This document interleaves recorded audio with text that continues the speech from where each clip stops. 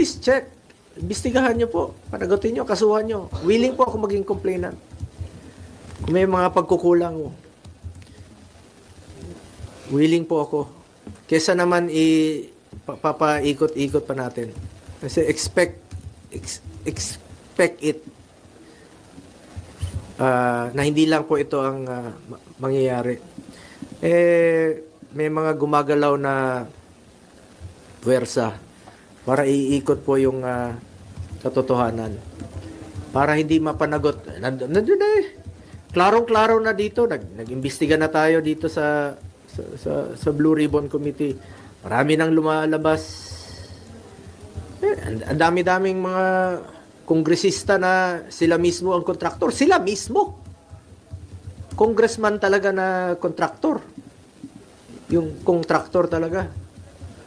Sila mismo.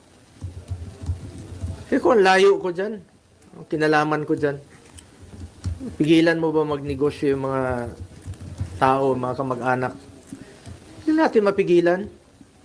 Basta walang kalokohan. Ayaw ko po ng kalokohan. Ever since, ayaw ko po ng kalokohan. At nakikiusap lang po ako sa lahat, no, sa DPWH, sa Ombudsman, sana po'y maging fair. Tumbukin natin ang katotohanan. At sana naman po, wag naman po akong gawing dahilan na hindi mag-cooperate dahil merong tinatago at pinoproteksyonan. Ako na po ang nagsasabi. Ako po ang nagsasabi. Please lang, sabihin niyo po ang katotohanan. Katotohanan lamang po. Ilabas niyo po yung katotohanan. And let me repeat, hindi ko po kilala yung mga diskaya. So, balikan ko yung joint venture na trabaho nila. Tingnan nyo kung tapos na. Kung napakinabangan naman ng taong bayan. Kung napakinabangan, may COA po. Trabaho ng COA yan to check kung tapos na po at napapakinabangan. At meron bang problema. Kung may problema, kasuhan nyo po. Please.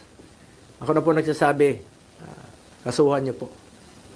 Wala po akong kinalaman dyan. Wala po akong pakialam dyan sa kahit na anong negosyo. Nakafocus lang po ako sa trabaho ko bilang senador. Sir, there are claims that the Discayas might be protecting you. You already said you don't know them, but is there any reason they could be protecting you at this time? Sabi ko nga, sabihin nilang totoo eh. Ako na po ang nagsasabi sa Diskaya, sabihin niyo yung totoo.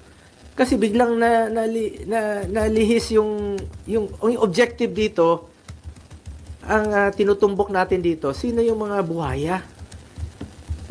Tinutumbok natin sino yung mga buhaya talaga, malapit na eh. Lumalabas naman eh. Yun ang hanapin niyo, panagutin niyo, kasuhan niyo. Ngayon bakit kayo atras? Ang layo eh. Ang layo ng inatrasan niyo, parang cover up na ang nangyayari. Tumbukin ninyo yung mastermind. Ang issue dito yung flood control at yung mga ghost projects. Bakit aatras ka ngayon? Kaya ako nananawagan sa lahat ng mga witnesses, magsabi kayo ng totoo. Wala kayong dapat itago. At wala silang dapat proteksyonan sa akin dahil wala po akong kinalaman. Hindi ko naman sila kilala. Hindi naman po ako nag-i-involve sa any government transactions. Di po ako nakikialam dyan. Wala pong makakapagturo na may kinausap po ako, nakisali ako sa any government transactions. Senador po ako. Trabaho lang po ako dito, nagsiservisyo lang po ako sa taong bayan.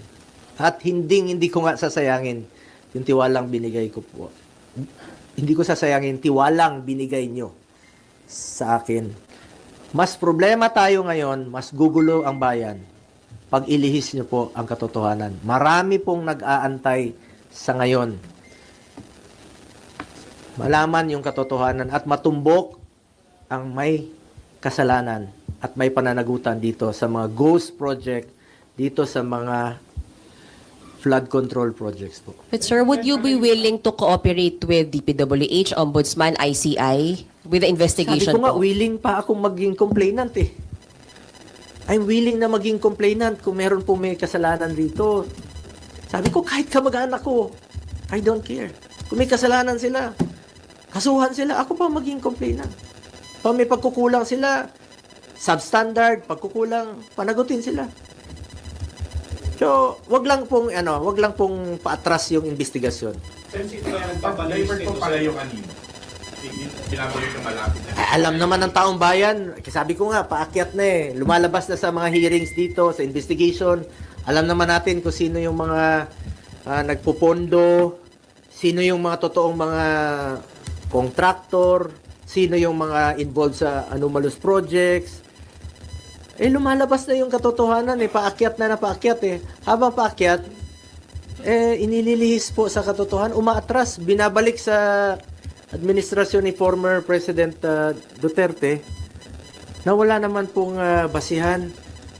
Hindi ko naman sinasabi na perpekto yung administration ni former President Duterte noon.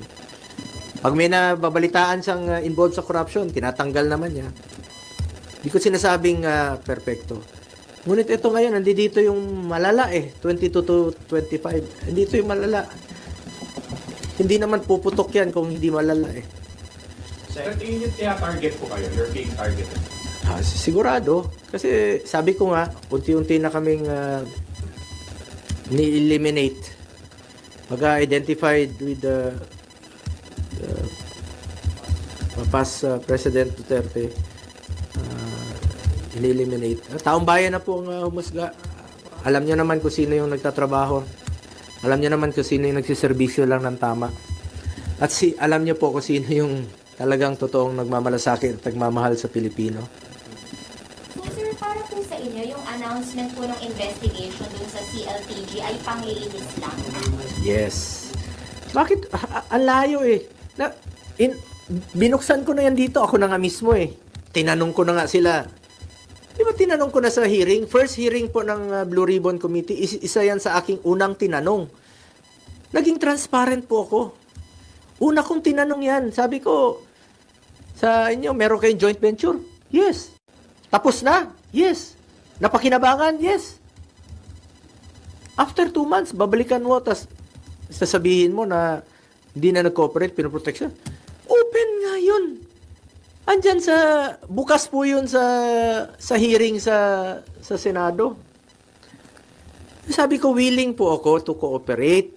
Willing po tayo malaman ang katotohanan. And willing po ako na ako pa maging complainant dito kung kakailanganin. Kahit kamag-anak ko, kasuhan nyo, kung meron silang kasalanan at may pagkukulang yung kanilang mga trabaho. Let me repeat, wala pa ako sa mundong ito, hindi pa ako pinapanganak, may mga negosyo na po ang pamilya ko. Hindi pa ako senador, may mga negosyo na po yan. At for the record, retired na po yan. 2019, may facts dyan, may katotohanan dyan. Retired na po yan, 2022, 2019, hindi na po sila involved. Ngayon ko nga lang na-discover recently, nung nabuksan po yan dito sa hearing, kaya ako na po mismo nag-research. Importante, hindi siya anomalous. Importante, wala siyang kalokohan. Sabi ko nga, expected ko na po ito at wala pong katapusan ito hanggang hindi ko palitan ang kamag-anak ko o hindi sila kunin ng Panginoon. Sir, based on your research, wala kayong nakitang anomalous doon sa company ng tatay niyo po, tama? Ganun po ba? Apo. Sir, sino yung retired? Yung license nila. So they're not operating anymore? Yes, no more. Since where? Since when? Ito, last po yata nila is 2019 at officially 2022 retired na po sila. As in retired na, parang wala na, parang sinara na po talaga noon pa. At parang tinapos na lang po yata nila yung kanilang trabaho noong 2019. At hindi na po sila nila ginagamit. Alam niyo itong Diskaya, uso yung ginagamit yung lisensya. Uso yung joint venture noon kahit saan po. Kahit sabi ko, umabot na nga ng Baguio, umabot ng NBI, umabot ng Ilocos Norte. Ang daming dapat tingnan na lugar, Mindoro. Bakit ka atras doon sa 2017 sa Sa Davao, hindi naman flood control, hindi naman ghost project, hindi naman anomalous. Bakit mo atrasin doon? Para lang idawit yung pangalan ko. Sabi ko, unfair nga. Unfair na atras ka. Yan, sadyang inililihis nga yung issue. Sana po, fair lang po. Ako, nirespeto ko po ang ating ombudsman, nirespeto ko po ang DILG, ng DPWH, nirespeto ko po ang ombudsman, nirespeto ko po ang ICI sa kanilang mandato at willing tayo to cooperate. Basta tumbukin po yung katotohanan. The truth lang po. Doon lang tayo sa katotohanan at hindi tayo magkakamali. Sa totoo lang po tayo.